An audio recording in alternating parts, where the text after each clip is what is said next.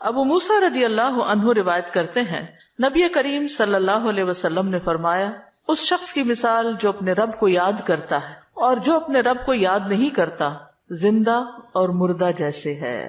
تو ذکر کو زندگی سے تشبیہ دی گئی ہے، یعنی جس طرح انسان زندگی کے ساتھ خوبصورت ہوتا ہے، یعنی اس کا ظاہر خوبصورت ہوتا ہے جب زندہ ہوتا ہے، جب مر جاتا ہے تو آپ دیکھیے میت کیسی لگتی ہے، تو اسی طرح ذکر کے ساتھ انسان کا باطن روشن ہوتا ہے اور خوبصورت ہوتا ہے. ذکر جو ہے یعنی اللہ کی یاد جو ہے اس کی کئی اقسام ہیں، قرآن، نماز، تسبیحات، علم کا سیکھنا سکھانا، یہ اس وقت ہم ذکر کی مجلس میں ہیں. پھر اسی طرح دوسروں کو امر بالمعروف کرنا، نہی عن المنکر کرنا. تو یہ جو ذکر ہے اس کی کسی بھی شکل میں یہ اللہ تعالیٰ کے نزدیک ہر چیز سے بہتر عمل ہے. نبی صلی اللہ علیہ وسلم نے فرمایا کیا میں تمہیں تمہارا بہترین عمل نہ بتاؤں جو تمہارے مالک کے نزدیک اچھا اور پاکیزہ ہے اور تمہارے درجات میں سب سے بلند ہے اور سونا چاندی کے خرچ کرنے سے بہتر ہے اور اللہ کی راہ میں جہاد کرتے ہوئے تمہارے کفار کی گردنیں مارنے اور ان کے تمہاری گردنیں مارنے سے بھی افضل ہے. صحابہ نے عرض کیا کیوں نہیں؟ آپ نے فرمایا اللہ تعالیٰ کا ذکر، چاہے آپ نماز میں کر رہے ہیں، نوافل میں کر رہے ہیں، تلاوت قرآن کے ذریعے کر رہے ہیں، تعلیم قرآن کے ذریعے کر رہے ہیں، تسبیحات کے ذریعے کر رہے ہیں، درود شریف پڑھ رہے ہیں، کسی بھی طرح کھڑے بیٹھے لیٹے چلتے پھرتے، فارمل وے میں، انفارمل وے میں، اونچے یعنی جہرن اور سرن، جس شکل میں بھی آپ اللہ کو یاد کرتے ہیں تو اس کی اتنی زیادہ فضیلت ہے، بہت افضل عمل ہے. اور اس کے برعکس کیا ہوتا ہے؟ اللہ تعالیٰ سے غافل ہو جانا، بھول جانا، اور وہ عموماً کب ہوتا ہے؟ جب ہم دنیا میں خوب محو ہو جاتے ہیں. اسی طرح رسول اللہ صلی اللہ علیہ وسلم نے فرمایا بہترین عمل یہ ہے کہ جب تم دنیا سے رخصت ہو تو تمہاری زبان اللہ کے ذکر سے تر ہو. اور یہ اسی وقت ہو سکتا ہے جب ہمیں ہر حالت میں ذکر کرنے کی عادت ہو، یعنی ذکر جو ہی چھوٹے تو ہمیں کبھی سی محسوس ہونے لگے کہ کچھ رہ گیا ہے، کچھ چھٹ گیا میرے ہاتھ سے، کچھ نکل گیا ہے، کچھ کمی سی ہے، وہ خلا، وہ خالی پن فوراً محسوس کر لیں. ہم ذکر کرنے والے سب سے آگے آگے ہوں گے. رسول اللہ صلی اللہ علیہ وسلم نے فرمایا مفردون سبقت لے گئے. صحابہ نے پوچھا اللہ کے رسول مفردون کون ہے؟ آپ نے فرمایا اللہ کا بہت ذکر کرنے والے مرد اور ذکر کرنے والی عورتیں. ذکر کی حالت میں مسلسل اللہ تعالیٰ کا ساتھ ملتا ہے، اللہ کا قرب نصیب ہوتا ہے. اللہ تعالیٰ فرماتے ہیں میں اپنے بندے کے ساتھ ہوں جب تک وہ مجھے یاد کرتا ہے اور میری یاد میں اپنے دونوں ہونٹ ہلاتا ہے. پھر شیطانی حملوں سے بچاؤ کا مضبوط قلعہ ہے. یحییٰ علیہ السلام نے بنی اسرائیل کو خطاب کیا اور اس میں ایک بات یہ کہی کہ بندہ جب تک اللہ کے ذکر میں مصروف رہتا ہے تو شیطان کے حملوں سے محفوظ ایک مضبوط قلعے میں ہوتا ہے، یعنی دشمن سے بچا ہوا ہوتا ہے. پھر جنت کے باغیچے ہیں ذکر کی مجلسیں، جیسے یہ مجلس ہے. رسول اللہ صلی اللہ علیہ وسلم نے فرمایا جب تم لوگ جنت کے باغوں کے پاس سے گزرو تو کچھ کھا پی لیا کرو. صحابہ نے پوچھا جنت کے باغوں سے کیا مراد ہے؟ آپ نے فرمایا مجالس ذکر کی مجلسیں. قیامت کے دن سب سے زیادہ قابل رشک لوگ کون ہوں گے؟ جن کے چہروں کی سفیدی دیکھنے والوں کو ڈھانپ لے گی. وہ انبیاء و شہداء نہیں ہوں گے لیکن ان کے اللہ کے قریب ہونے کی وجہ سے انبیاء و شہداء ان پہ رشک کریں گے. عرض کیا کہ اللہ کے رسول یہ کون لوگ ہوں گے جن پہ انبیاء و شہداء رشک کریں گے؟ فرمایا یہ مختلف قبیلوں کا مجموعہ ہے، مختلف قبیلوں مختلف بیک گراؤنڈ سے آئے ہوئے لوگ ہیں جو اللہ کے ذکر پہ جمع ہوتے ہیں اور عمدہ کلام کو اس طرح چن چن کر لیتے ہیں جیسے کھجور کھانے والا عمدہ کھجوریں چن چن کے لیتا ہے. تو مجھے اس حدیث کو پڑھتے ہوئے آپ لوگوں کا خیال آتا ہے کہ علم کی مجلس میں سے جو اہم نکتے ہیں وہ آپ اپنے پاس محفوظ کرتے جاتے ہیں. کچھ باتیں دل میں یاد ہیں اور کچھ قلم سے یعنی نوٹ بک میں نوٹ کرتے جا رہے ہیں. تو ایسی مجلسیں جو ہیں وہ انسان کے لیے بہت بڑی نعمت ہے. پھر ذکر نہ کرنا باعث حسرت ہے. یاد رکھیے جب میں ذکر کا لفظ بولتی ہوں نا تو ذکر کی ساری اقسام ذہن میں لایا کریں، کیونکہ ہمارے ہاں ذکر صرف اللہ کرنے کا نام بن گیا ہے. ذکر کی مجلس کیا ہے؟ جس میں سارے لوگ بیٹھ کے اندھیرا کر دیں اور پھر وہ اس انداز میں ذکر کریں کہ سارے ایک نعرے کی شکل میں اور مل کے کوئی آوازیں بلند کریں. صحابہ سے ایسے کوئی طریقے منقول نہیں ہیں.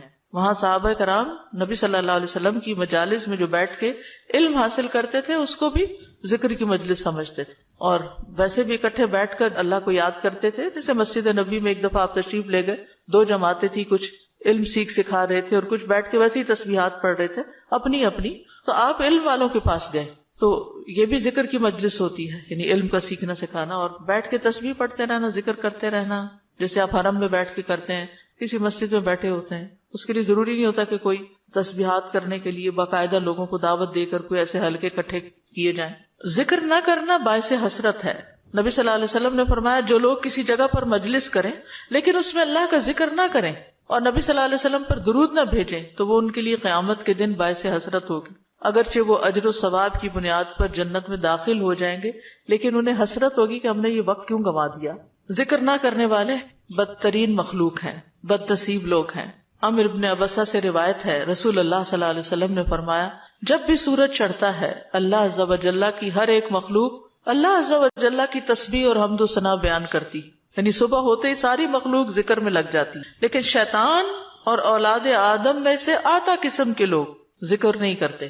تو میں نے بنی آدم میں آتا قسم کے لوگوں کے بارے میں سوال کیا، آپ نے فرمایا بدترین مخلوق، یا فرمایا اللہ کی مخلوق میں سے بدترین لوگ، یعنی آسمان و زمین، سورج چاند ستارے درخت شجر حجر ہر چیز ذکر میں مشغول ہے سوائے ان لوگوں کے جو سو کے وقت گزار رہے ہیں یا غفلت میں پڑے ہوئے ہیں۔ حدیث نمبر 42، دو محبوب کلمات۔ عن ابی ہریرہ رضی اللہ عنہ قال قال النبی صلی اللہ علیہ وسلم کلمتان حبیبتان الی الرحمن خفیفتان علی اللسان ثقیلتان فی المیزان سبحان اللہ وبحمدہ سبحان اللہ العظیم۔ کتاب التوحید۔ ابو ہریرہ رضی اللہ عنہ روایت کرتے ہیں نبی کریم صلی اللہ علیہ وسلم نے فرمایا دو کلمے رحمان کو بہت محبوب ہیں، زبان پر بہت ہلکے ہیں لیکن قیامت کے دن ترازو میں بہت بھاری ہوں گے۔ سبحان اللہ و بحمدہ سبحان اللہ العظیم۔ اللہ اپنی حمد کے ساتھ پاک ہے، اللہ پاک ہے جو بہت عظمت والا ہے۔ تو جیسے ہم جانتے ہیں کہ نفلی عبادت میں افضل عمل اللہ کا ذکر ہے، تو یہاں پر اس ذکر کی خاص شکل بتائی گئی کہ اللہ تعالیٰ کی حمد و ثنا اور پاکی بیان کرنا۔ سبحانہ کا مطلب کیا ہوتا ہے کہ وہ پاک ہے۔ تو جس کلام میں، جس ذکر میں اللہ تعالیٰ کی پاکی بیان کی جائے، تسبیح بیان کی جائے اور حمد و ثنا بیان کی جائے، وہ اللہ تعالیٰ کا چنا ہوا کلام ہے۔ رسول اللہ صلی اللہ علیہ وسلم سے سوال کیا گیا کون سا کلام افضل ہے؟ آپ نے فرمایا جو اللہ نے اپنے فرشتوں اور بندوں کے لیے چنا۔ کیا فرمایا؟ جو اللہ نے اپنے فرشتوں اور اپنے بندوں کے لیے چنا۔ سبحان اللہ و بحمدہ، ٹھیک ہے، سبحان اللہ و بحمدہ۔ یہ تمام مخلوق کی نماز ہے، تمام مخلوق کی نماز ہے۔ نوح علیہ السلام کی وفات کا وقت جب آیا تو انہوں نے اپنے بیٹے سے فرمایا کہ میں تمہیں ایک وصیت کر رہا ہوں، دو باتوں کو کرنے کا حکم دیتا ہوں، دو باتوں سے روکتا ہوں۔ اور دو کرنے کے جو کام بتائے اس میں سے ایک لا الہ الا اللہ کا اقرار، کہ اگر ساتوں آسمان اور ساتوں زمینوں کو ترازو کے ایک پلڑے میں رکھ دیا جائے اور لا الہ الا اللہ کو دوسرے پلڑے میں، تو لا الہ الا اللہ والا پلڑا جھک جائے گا، اور اگر ساتوں آسمان اور ساتوں زمینیں ایک بند کڑے کی شکل اختیار کر لیں تو لا الہ الا اللہ اس کو بھی توڑ دے گا۔ اتنی طاقت ہے اس کلام کے اندر۔ اور دوسرا یہ کہ سبحان اللہ و بحمدہ کا ورد کرتے رہنا، کیونکہ یہ ہر چیز کی نماز ہے اور اس کے ذریعے مخلوق کو رزق ملتا ہے۔ اور میں تمہیں شرک اور تکبر سے منع کرتا ہوں، یہ دو منع کرنے والی چیز۔ اسی طرح ان کلمات کو اگر کوئی 100 دفعہ دن میں پڑھے تو اس کے گناہ مٹ جاتے ہیں، گناہ جھڑ جاتے ہیں، چاہے سمندر کی جھاگ کے برابر ہی کیوں نہ ہو۔ پھر اسی طرح ایک اور حدیث میں آتا ہے سنن ترمذی کی، جو شخص سبحان اللہ العظیم و بحمدہ کہتا ہے اس کے لیے جنت میں کھجور کا ایک درخت لگا دیا جاتا ہے، صرف ایک دفعہ کہنے سے۔ کہہ لیجئے سبحان اللہ العظیم و بحمدہ۔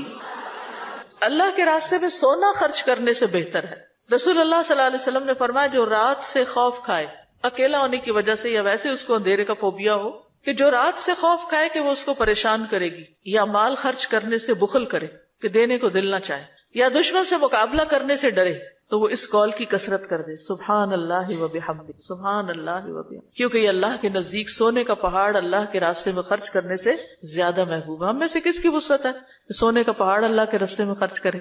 نہیں کر سکتے۔ تو اس لیے اس کلمے کو ہی زیادہ سے زیادہ پڑھ لینا چاہیے۔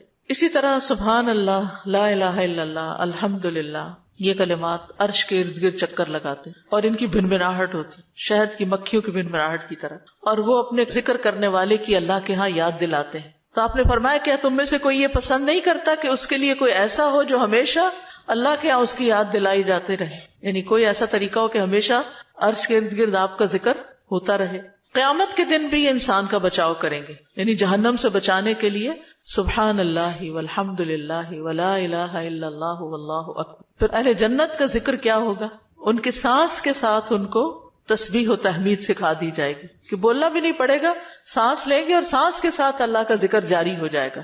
یہ جو احادیث نے بیان کی، یہ آپ کے پاس کارڈ ہونا چاہیے تسبیحات کی فضیلت والا، اس میں لکھی ہوئی ہے، دوسروں کے ساتھ بھی شیئر کریں اور خاص طور پہ بچوں کو ذکر کرنا سکھائیں. ان کے اندر بھی ایک کامنس آتی، ایک سکینت آتی ہے. ہم بعض اوقات یہ سوچتے ہیں یہ تو بچے ہی ہیں، ابتدائی عمر سے، چھوٹی عمر سے کہ چلو یہ پڑھو، انگلیوں پہ گنتے ہیں، اچھا تم نے کتنی دفعہ پڑھ لی، کتنے جنت میں درخت لگائے، تو آہستہ آہستہ ان کو عادت ہو جاتی. پھر ذکر کی ایک قسم اللہ کے نام پڑھنا، اللہ کے نام یاد کرنا. عن ابی ہریرہ ان رسول اللہ صلی اللہ علیہ وسلم قال ان للہ 99 اسما 100 الا واحدا من احصاها دخل الجنہ. کتاب التوحید. ابو ہریرہ رضی اللہ عنہ سے روایت ہے کہ رسول اللہ صلی اللہ علیہ وسلم نے فرمایا، بے شک اللہ کے 99 نام ہیں، 99، ایک کم 100. جو شخص ان سب کو محفوظ رکھے گا، یاد کر لے گا، وہ جنت میں داخل ہوگا. من احصاها، تو احساس سے مراد ان کو گننا، ان کے معنی پہچاننا، ان کے تقاضے کے مطابق عمل کرنا. خالی لکھ کے یا جمع کر کے یاد کر لیا جائے اور مطلب ہی نہ پتا ہو اور اس کے مطابق عمل نہ ہو تو پھر یہ وعدہ نہیں پورا ہوتا. احصاء میں ہر چیز کا جمع ہو جانا ہے، یعنی اللہ تعالیٰ کے ناموں کی حدود کی حفاظت کرنا، ان کو پہچاننا، ان کا معنی جاننا، ان کی فضیلت جاننا، کہاں پڑھنا ہے. امام ابن قیم کہتے ہیں کہ اللہ کے اسماء کو گن کر محفوظ کرنے کے کچھ مراتب ہیں. بندہ جب ان ناموں کو یاد کر لیتا ہے تو وہ جنت میں داخل ہو جاتا ہے اور یہی اس کی سعادت اور نجات اور فلاح کا مرکز ہے. وہ کہتے ہیں پہلا مرتبہ ان کے الفاظ کو گننا اور شمار کرنا، دوسرا مرتبہ ان کے معنی اور مدلول کو سمجھنا، تیسرا مرتبہ ان کے ساتھ دعا مانگنا. قرآن میں آتا نا وَلِلَّهِ الْأَسْمَاءُ الْحُسْنَى فَادْعُوهُ بِهَا، اور اللہ ہی کے لیے ہے اچھے اچھے نام، بس تم اس کو ان کے ساتھ پکارو، اللہ کے نام لے کے. جیسے یا حی یا قیوم، یا اللہ، یا رب، یا رحمان، یا رحیم، یا کریم، یا ذی الجلال والاکرام، اور باقی بھی اسی طرح. پھر ہے دعا مانگنے کے 2 مرتبے ہیں. نمبر 1 دعا العبادہ، یعنی اللہ کی تعریف ان ناموں کے ساتھ کرنا. ہمارا رب رحیم ہے، کریم ہے، تو یہ تعریف عبادت کی دعا ہوتی ہے، دعا العبادہ کہتے ہیں اس کو. اور دوسرا ہے دعا المسئلہ، طلب اور مانگنے کی دعا، کہ ان ناموں کے ساتھ پکار کے اللہ کو پھر سوال کرنا. اور اسماء حسنہ کے ساتھ یہ نہیں کہ اپنی طرف سے اللہ تعالیٰ کا کوئی نام بنا کے اور پھر اس سے دعا کرنا، یا موجود، یا ذات، یا شیء، اس طرح کی باتیں نہیں، بلکہ اللہ کے جو پراپر نام قرآن و سنت سے ثابت ہیں ان کے ساتھ دعا مانگنا. تو یاد رکھیے کہ اللہ کی پہچان یہ علم کا پہلا مرتبہ ہے. سب سے پہلے جس کو جاننا چاہیے، جس کے بارے میں ہمیں معلوم ہونا چاہیے کہ وہ کون ہے، وہ اللہ رب العزت. فَاعْلَمْ أَنَّهُ لَا إِلَهَ إِلَّا هُوَ، جان لو کہ اللہ کے سوا کوئی الہ نہیں. یہ علم ہر ایک پر فرض ہے کہ ہمارا خالق کون ہے، ہمارا مالک کون ہے، ہمارا رازق کون ہے، ہمارا معبود کون ہے، ہماری مشکل کشا کون ہے، ہمارا حاجت روا کون ہے، اور جو بھی اللہ تعالیٰ کے باقی نام ہے، پہچان. یہ علم تمام علوم سے افضل ہے، کیونکہ جب ایک انسان، کوئی بچہ، بوڑھا، جوان اللہ تعالیٰ کو جان لیتا ہے نا، تب ہی اس کی زندگی درست ہوتی، تب ہی اس کو واقعی ہدایت ملتی، تبھی وہ اللہ کے لیے سب کچھ کرتا ہے، تبھی اس کے اندر تقویٰ پیدا ہوتا ہے، تبھی وہ حلال حرام کی تمیز کرتا ہے. کیونکہ یہ سب کچھ کرنا اس کے لیے اللہ نے اپنی عبادت کے لیے پیدا کیا، اور اگر ہم اللہ ہی کو نہیں پہچانتے تو عبادت کس کی کر رہے ہیں؟ تو پہلا کام اللہ کی پہچان ہے، اللہ کی معرفت، خود بھی اور اپنی آل اولاد کو بھی اور اپنے آس پاس کے لوگوں. اور اللہ کی پہچان کے لیے اللہ کے ناموں کا علم حاصل کرنا ضروری. پھر اس سے ایمان میں بھی اضافہ ہوتا ہے. جتنا جتنا آپ اللہ کو زیادہ جانتے چلے جاتے ہیں اتنا اتنا آپ کا ایمان بڑھتا ہے. اسی لیے اس کو اشرف العلوم کہا گیا ہے کہ تمام علوم کا سردار ہے یہ. پھر اسی طرح اللہ تعالیٰ کے ناموں کو پڑھنے، یاد کرنے، جاننے، سمجھنے کے بارے میں کچھ اصول و قواعد ہیں. اس میں پہلی بات یہ کہ اللہ کے تمام نام توقیفی ہیں، اس میں عقل کی کوئی گنجائش نہیں، یعنی بذریعہ وحی معلوم ہوئے. ہم اپنی پسند سے اللہ کا کوئی نام نہیں رکھ سکتے. یعنی آپ یہ نہیں کہہ سکتے کہ مجھے اللہ سے بڑی محبت ہے تو میرا دل چاہتا ہے میں اللہ تعالیٰ کا یہ نام رکھ دوں, خود سے کیوں رکھ دوں, یہ نہیں کر سکتے آپ. ٹھیک ہے, کسی انسان کو, کسی بشر کو, کسی جن کو, کسی فرشتے کو یہ اختیار نہیں کہ وہ اپنی مرضی پسند سے اللہ کا کوئی نام رکھ دے اور اس سے اس کو پکارنا شروع کر دے, اور اس کی لاجک صرف یہ دے کہ یہ تو محبت کی بات ہے اور میں محبت سے یوں پکارتی ہوں اللہ کو. نہیں, اس کی اجازت نہیں, کیونکہ جتنا اللہ تعالیٰ خود اپنے آپ کو جانتا ہے ہم نہیں جانتے, اور جتنا اس نے چاہا ہمیں اپنے بارے میں علم دیا, اور وہ علم بھی نبی صلی اللہ علیہ وسلم کے ذریعے ہم تک پہنچا ہے, تو اس کو حاصل کرنے کی کوشش کریں. پھر اسی طرح دوسری بات یہ کہ اس بارے میں کتاب و سنت سے آگے نہ بڑھیں. عقل, رائے, خواہش. امام احمد کہتے ہیں اللہ کی صفت نہیں بیان کی جائے گی مگر وہی جو خود اس نے اپنی ذات کی بیان فرمائی ہے یا رسول اللہ صلی اللہ علیہ وسلم نے بیان کی ہے. ہم قرآن و سنت سے آگے نہیں بڑھیں گے, خود یا کسی عالم یا کسی اور انسان کے بتائے ہوئے نام کے مطابق نہیں کام کریں گے. پھر اگلی بات یہ کہ اللہ کے ناموں میں الحاد سے بچنا چاہیے. الحاد سے, الحاد کا مطلب کیا ہے؟ سیدھے رستے سے ہٹ جانا. لحد ہوتی ہے نا وہ قبر جو بغلی قبر ہوتی ہے, نیچے گڑھا کھودتے کھودتے سائڈ پہ قبر کھودنا شروع کر دیں. تو اس کی بہت سی صورتیں ہو سکتی, جیسے اللہ کے کسی نام کا انکار کر دیا جائے, یا نام جن صفات پر دلالت کر رہے ہیں ان کا انکار کر دیا جائے, جیسے امت میں کچھ ایسے فرقے گزرے ہیں کہ جو یہ کام کرتے رہے ہیں. پھر اسی طرح بغیر تحریف, تعطیل, تکییف اور تمثیل کے اسماء و صفات پر ایمان لانا ضروری. تحریف یعنی خود تبدیلی کرنا, تعطیل یعنی کسی صفت کو معطل کر دینا, تکییف کسی کیفیت کو بتانا, تمثیل یعنی مثال بیان کرنا, ان چیزوں سے بچنا چاہیے. پھر ایک اہم بات یہ بھی یاد رکھیے کہ 99 تو ہمیں بتایا گیا کہ اتنے تو کم از کم یاد کر لو, لیکن یہ یاد رکھیے اللہ کے صرف 99 نیمز نہیں ہیں, وہ اس سے زیادہ ہیں. اس لیے بعض کتابوں میں آپ کو زیادہ بھی ملیں گے, لیکن یہاں مراد کیا ہے کہ یعنی اتنے تو زبانی یاد کر سکتا ہے انسان, یا آسانی سے ہر ایک کو معلوم ہو ہی سکتے ہیں. کیونکہ حدیث میں آتا ہے اسألک بکل اسم هو لک سمیت به نفسک وانزلته فی کتابک او علمته احدا من خلقک او استأثرت به فی علم الغیب عندک. اے اللہ میں تجھ سے تیرے ہر نام کے واسطے سے دعا کرتا ہوں, وہ نام جو تو نے اپنی ذات کے لیے رکھے, یا جو نام تو نے اپنی کتاب میں اتارے, یا وہ جو اپنی مخلوقات میں سے کسی کو سکھا دیے, یا وہ نام جو تو نے اب تک اپنے خزانہ غیب میں محفوظ رکھے. اس سے کیا پتہ چلتا ہے کہ کچھ نام تو خزانہ غیب میں ہے. اور جیسے حدیثی شفاعت میں آتا ہے نا کہ نبی صلی اللہ علیہ وسلم کو اللہ تعالیٰ قیامت کے دن اپنی حمد و ثنا بیان کرنے کی تعریف کرنے کے لیے وہ کچھ سکھائیں گے جو اس سے پہلے نہیں سکھائی ہوگی وہ تعریف, تو اس کے ذریعے نبی صلی اللہ علیہ وسلم اللہ کی تعریف بیان کریں گے. یعنی وہ علم ابھی تک نبی صلی اللہ علیہ وسلم کے پاس بھی نہیں, وہ قیامت کے دن دیا جائے گا, جس کی بنا پر آپ اللہ تعالیٰ کی تعریف کریں گے, پھر دعا کریں گے, اور پھر آپ کو شفاعت کا اذن دیا جائے گا, جو شفاعت کبریٰ کی حدیث آتی ہے.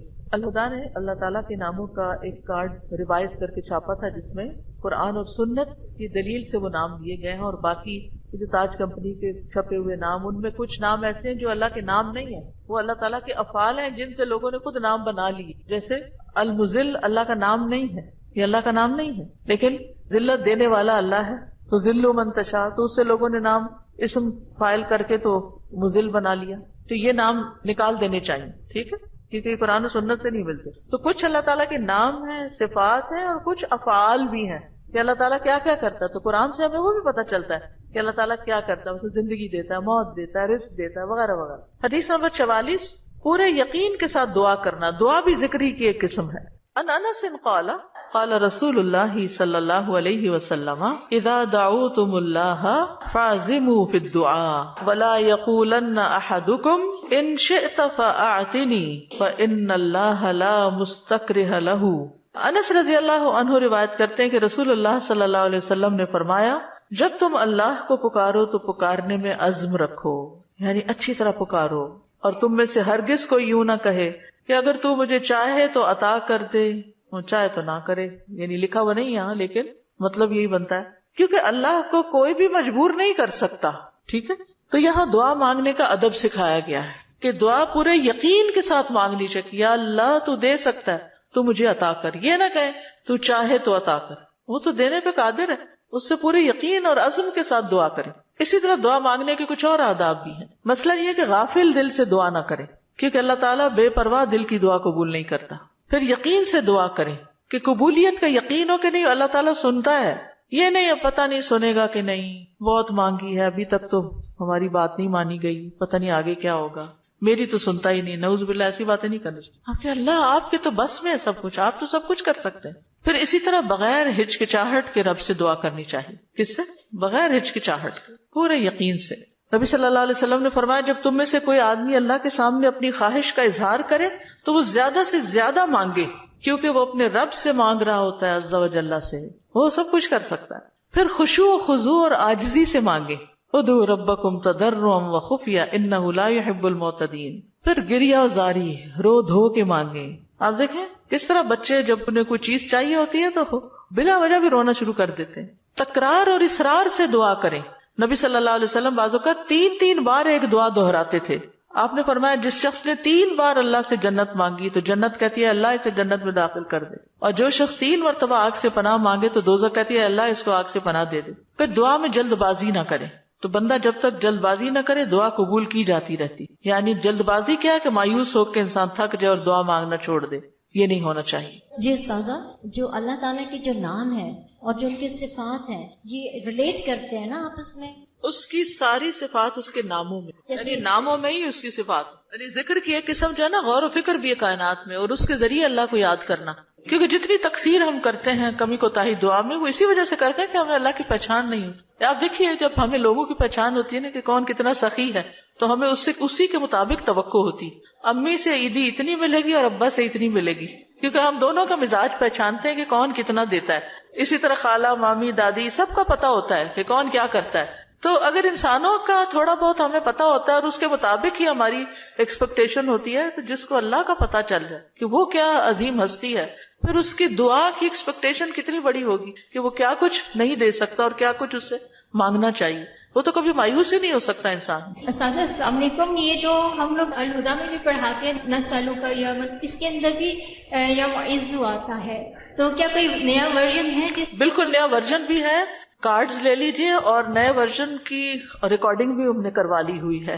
ساجد محترم، یہاں پہ آپ نے ابھی فرمایا نا کہ تو چاہے تو عطا کر، یہ نہیں کہنا چاہیے، تو اس کی تھوڑی سی وضاحت کر دیں کیونکہ میرے ذہن میں بھی آ رہا ہے کہ ہم جب یہ کہتے ہیں، آپ نے بھی فرمایا نا کہ تو جو چاہے وہ عطا کر دے، ہمیں یہ نہیں کہنا چاہیے تو چاہے تو عطا کر دے. ہاں اگر تو چاہے تو عطا کر دے. اس کی تھوڑی سی وضاحت کر دیں کیونکہ میرے ذہن یعنی اس کا مطلب یہ ہے کہ مثلا مجھے گھر چاہیے، اللہ اگر آپ کی مرضی ہے تو دے دیں، نہیں تو نہ سے. یہ نہیں کہنا چاہیے. بندوں کے ساتھ ہم ایسے معاملے کر رہے ہوتے ہیں نا، دینا تو دو نہیں تو نہ دو، تو اللہ کے ساتھ ایسے نہیں کرنا، یہ بے ادبی ہے.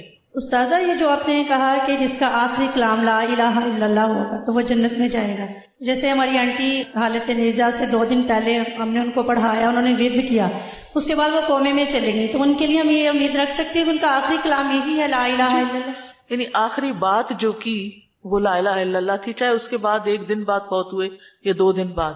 اور ایک اور بات، بعض اوقات قومے میں ہوتے ہوئے بھی سن رہے ہو، اور کئی لوگوں کا یہ پتہ چلتا ہے کہ وہ آہستہ آہستہ زبان بھی ہلا رہے ہو، اور کئی لوگوں کا یہ بھی میں نے سنا ہے، مطلب لوگوں کے ڈیتھ کے جو حالات واقعات سنتے ہیں کہ بے ہوشی تاری رہی اور فوت ہونے سے تھوڑی دیر پہلے آنکھیں بھی کھولی اور منہ بھی ہلایا اور پھر دوبارہ چلے گئے. تو یہ اللہ کی دی ہوئی توفیق ہے، ہمیں توفیق مانگنی چاہیے کہ اللہ ہمارا آخری کلام لا الہ الا اللہ. آپ نے بھی ذکر کیا ہے، ذکر کا فضیلت بیان کی ہے، تو مجھے یہ بات سمجھ آئی ہے کہ جب ہم لوگ دن رات میں ذکر کرتی ہیں، ہماری زبان تر رہتی ہے ذکر سے، جوارے اس چیز کی گواہی دیتے ہیں، تو وہ جو ہے آپ کا جو اندر احساس ہے وہ یہ ہوتا ہے کہ ہمارا ٹائم ویسٹ نہ ہو، ٹھیک ہے، اور ہم لوگ جو ہے نا فضولیات سے وہ اجتناب کرتے ہیں اس چیز کو کہ ہم نے ذکر کرنا ہے، اپنی نیکیوں کو اضافہ کرنا ہے، خیر و برکتیں مانگنی ہے. کیا یہ چیز جو ہے ہمارے خشوع و خضوع میں اضافہ کر سکتی ہے؟ ذکر کے تو بہت سی برکات ہیں، اور اس میں سے یہ بھی ہے 2 چیزیں جو ہے نا ذکر میں بڑا فائدہ دیتی ہے. ایک ہے کہ ٹارگٹ ڈیلی سیٹ کرے، جیسے 100 دفعہ یہ سبحان اللہ و بحمدہ کہا گیا، یہ منیمم بیئر منیمم ہے کہ آپ یہ 100 دفعہ سورج نکلنے سے پہلے اور سورج غروب ہونے سے پہلے پڑھ لیں عصر کے بعد. پھر اسی طرح یہ ہے کہ نبی صلی اللہ علیہ وسلم دن میں 70 سے 100 بار استغفار کرتے. ٹارگٹ سیٹ کر لیں کہ میں نے لازمی یہ تو کرنا ہی کرنا ہے، اتنا تو کرنا ہے، زیادہ ہو جائے تو بہت ہی اچھا، کیونکہ حدیث میں آتا ہے نا طوبی لمن وجد الاستغفار فی صحیفتہ، کہ خوشخبری ہے اس کے لیے جو اپنے اعمال نامے میں استغفار کی کثرت پائے. پھر آپ دیکھیے درود شریف ہے، اگر کوئی اپنی ساری دعا کو درود شریف ہی بنا لے تو اس کے لیے ہر چیز کافی ہو جاتی. کم از کم 1 تسبیح درود شریف کی، اور اگر وہ نہیں نصیب تو صبح 10 دفعہ، شام 10 دفعہ، دن کا آغاز اختتام تو لازمی درود شریف کے ساتھ ہو. پھر اسی طرح لا حول ولا قوت الا باللہ ہے جنت کے خزانوں میں سے. اگر ہمیں دنیا کا کوئی خزانہ بتایا جائے تو ہم لوٹنے چلے جائیں اس کو، یہ تو جنت کا خزانہ ہے، وہ اکٹھا کرنے کے لیے اس کی تسبیح کر لیں. لا الہ الا انت سبحانک انی کنت من الظالمین کم از کم 100 دفعہ پڑھ لیں. 100 دفعہ نہیں، 10 دفعہ ہی رکھ لیں، لیکن ڈیلی پڑھیں. پھر اسی طرح سبحان اللہ والحمد للہ ولا الہ الا اللہ واللہ اکبر. اس کی بے پناہ فضیلت اور اس کی بے شمار فضائل ہیں اگر اس کی ایک تسبیح آپ کر سکیں. اب یہ ہے کہ اتنا کچھ اوور ویلمنگ ہو جاتا ہے، یہ بھی کر لو، یہ بھی کر لو، یہ بھی کر لو. کچھ چیزیں صبح کے وقت کے لیے رکھ لیں، کوئی دوپہر کے لیے رکھ لیں، کوئی شام کے لیے رکھ لیں، کوئی کہیں اگر آپ آتے جاتے ہیں اس کے لیے رکھ لیں، کوئی کسی کام کے ساتھ باندھ لیں. اگر آپ نے ٹارگٹ سیٹ کر لیا نا کہ یہ تو کرنا ہی کرنا ہے تو انشاءاللہ کر بھی لے گی. اگر کسی وجہ سے کوئی آگے پیچھے ہو بھی گیا تو رات کو سونے سے پہلے کر لیں. اگر ایک دن کچھ کمی بیشی ہوگی اگلے دن پورا کر. اپنے اوپر پابندی آپ نے خود لگانی کہ یہ تو میں نے کرنا ہے، ٹھیک ہے. دوسری چیز یہ ہے کہ اگر نہ کریں تو پھر اس پر اپنے آپ کو پنش بھی کریں، اس کے عوض کچھ صدقہ کریں، کیونکہ اپنی عادتوں کی اصلاح خود ہی کرنی. روزہ رکھیں، یعنی کمپنسیٹ کریں اپنے آپ کو، کیونکہ انسان کے جسم کے ہر جوڑ پہ روز صدقہ واجب ہوتا ہے. یہ تسبیحات جو ہیں وہ جوڑوں کا صدقہ بھی ہیں، ٹھیک ہے. تو اوقات مقرر کریں، اپنے لیے خود مقرر کریں، خاص طور پر جو مسنون تعداد آئی ہے اس کی پابندی کریں. اور باقی یہ تو ویسے کی تسبیحات ہیں نا، لیکن جو صبح شام کے اذکار ہیں ان کی پابندی کریں. رات کو سوتے وقت کے اذکار کی پابندی، گھر سے نکلتے آتے جاتے اٹھتے بیٹھتے سارے دن کے جو مسنون اذکار ہیں. دعا کیجئے، کتاب کس کس کے پاس ہے؟ الحمدللہ سب کے پاس ہے. اس میں زندگی کے مختلف مواقع پر جو دعائیں کی جاتی، دعا جو وہ بذات خود ایک ذکر کی قسم، ٹھیک.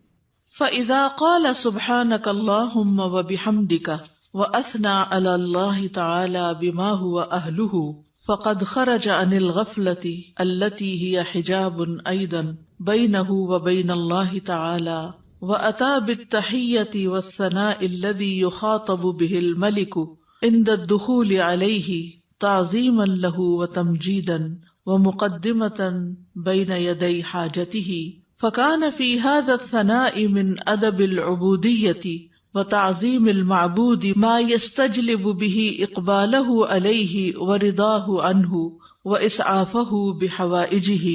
دعائے استفتاح. پھر جب وہ سبحانک اللہم و بحمدک یعنی پاک ہے تو اے اللہ اور سب تعریف تیرے ہی لیے ہے کہتا ہے اور اللہ تعالیٰ کی ثنا بیان کرتا ہے جو اس کی شان کے لائق ہے، تو وہ اس غفلت سے بھی باہر نکل آتا ہے جو اس کے اور اللہ تعالیٰ کے درمیان رکاوٹ تھی.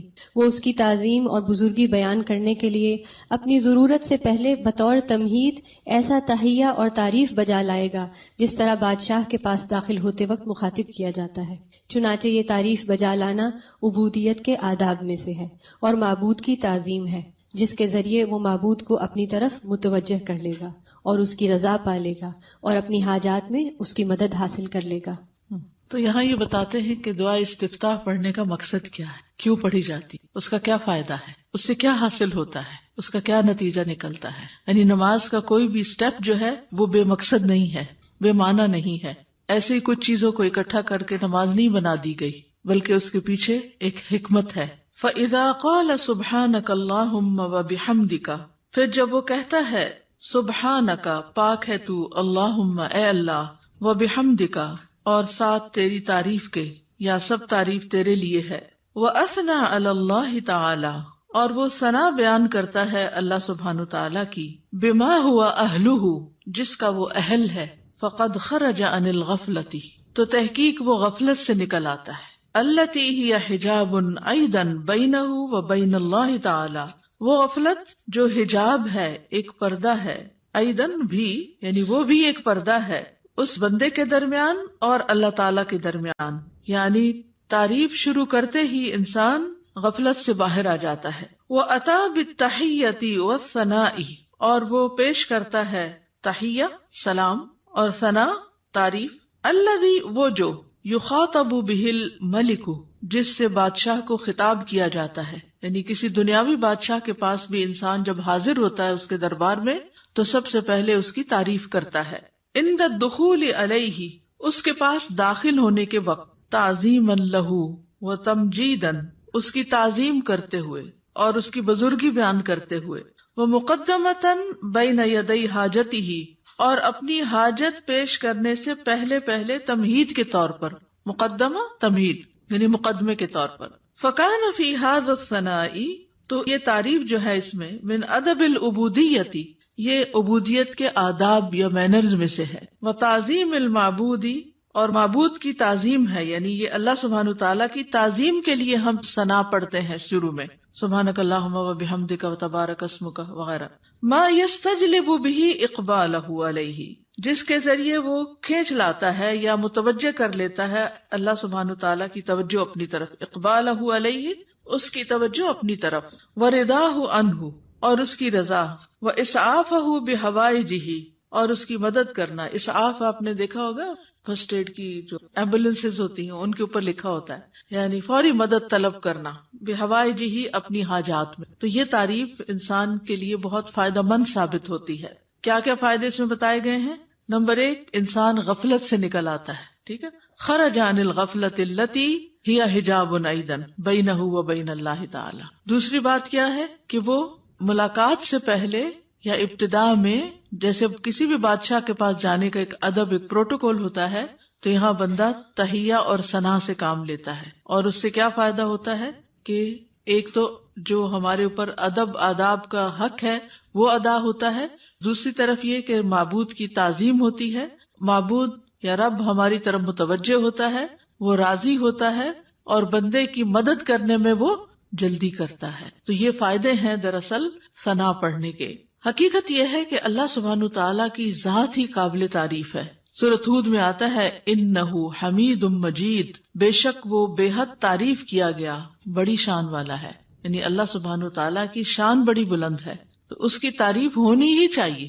دنیا میں آپ دیکھیں کہ کسی انسان نے اگر کوئی اچیومنٹ کی ہو، کوئی بڑا کام کیا ہو، تو دور بیٹھے بھی لوگ، نہ جاننے والے بھی اس کی تعریف کرتے رہتے ہیں کہ بڑا کمال کیا اس نے، فلاں چیز ایجاد کر دی ہے، فلاں چیز بنا دی ہے، فلاں کام کیا ہے۔ تو اس بندے کو نہیں پتا ہوتا کہ کون کون اس کی تعریفیں کر رہا ہے، لیکن جب اس کی ذات سے کسی کو فائدہ پہنچتا ہے تو جس کو فائدہ پہنچتا ہے وہ خود ہی تعریف کے لیے آگے آ جاتا ہے۔ تب آپ دیکھیے کہ اللہ سبحانہ تعالیٰ کی ذات سے ہمیں کتنا فائدہ پہنچ رہا ہے اور کیا کیا کمالات ہیں۔ یعنی کسی کی بھی تعریف کرنے کی 2 بڑی وجوہات ہوتی، ایک اس کے کمالات اور دوسرا اس کی ذات سے فائدہ کتنا پہنچ۔ تو یہ دونوں چیزیں کامل درجے میں اللہ تعالیٰ کے اندر موجود ہیں۔ ہمارے پاس جو بھی کوئی نعمت ہے وہ اللہ ہی کی طرف سے ہے، اور ہر چیز میں اس کا کمال ہے، تخلیق میں اور رزق پہنچانے میں، اور جتنے بھی اس کے نام ہیں کامل صفات اور اسماء ہیں، تو اس لیے اس کی تعریف تو ہونی ہی چاہیے۔ تو نماز کے بالکل آغاز میں یہی سب سے مناسب جگہ ہے کہ جہاں تعریف ہو، اس کی حمد و ثنا ہو، کیونکہ وہ اس لائق ہے کہ اس کی حمد و ثنا کی جائے۔ یعنی آپ دیکھیے کہ جب کوئی حمد و ثنا کے لائق ہوتا ہے تو اس کی اگر کوئی تعریف نہیں بھی کرے تو اس کو تو کوئی نقصان نہیں، کیونکہ وہ تو ہے ہی قابل تعریف۔ نقصان کس کا ہوتا ہے کہ جو دیکھ رہا ہے، جو فائدہ اٹھا رہا ہے، وہ چپ بیٹھا ہے، وہ کوئی تعریف نہیں کر رہا۔ اور یہ تعریف جو ہے یہ دراصل شکر ادا کرنے کا ایک طریقہ ہوتا ہے، اور اللہ کا وعدہ ہے کہ اگر تم شکر ادا کرو گے تو میں تمہیں اور زیادہ دوں گا۔ تو اس احساس کے ساتھ جب انسان اللہ کی تعریف بیان کرتا ہے تو دراصل اللہ سبحانہ تعالیٰ کو بندہ اپنے قریب پاتا ہے، اس سے کنیکشن ہو جاتا ہے اس کا، اور یہ سراسر بندے کے اپنے ہی فائدے میں۔ ہمارا تعریف کرنا اللہ تعالیٰ کی اللہ تعالیٰ کو فائدہ نہیں دیتا، یہ دراصل خود ہم ہی کو فائدہ دے رہا ہوتا ہے، کیونکہ تعریف کرنے کا بھی ایک مزہ ہوتا ہے، کیونکہ تعریف کرنے والا صرف اس وقت تعریف کر سکتا ہے جب وہ کسی خوبی کو دیکھنے کے قابل ہوتا ہے۔ یعنی اگر ہم تعریف کرتے ہیں تو اس کا مطلب یہ ہے کہ ہمارے اندر یہ صلاحیت ہے کہ ہم خوبیوں کو دیکھ پاتے ہیں۔ تو اس میں صرف ممدوح کی حمد نہیں ہوتی یا اللہ سبحانہ تعالیٰ ہی کی تعریف نہیں ہوتی، بلکہ ایسا بندہ بھی ایسے خالق کے ساتھ جب جڑتا ہے تو وہ بھی قابل تعریف ہو جاتا ہے۔ یعنی وہ بندہ بھی قابل تعریف ہو جاتا ہے جو اپنے خالق کی تعریف کرتا ہے، کیونکہ ناشکر لوگ کسی کو بھی اچھے نہیں لگتے۔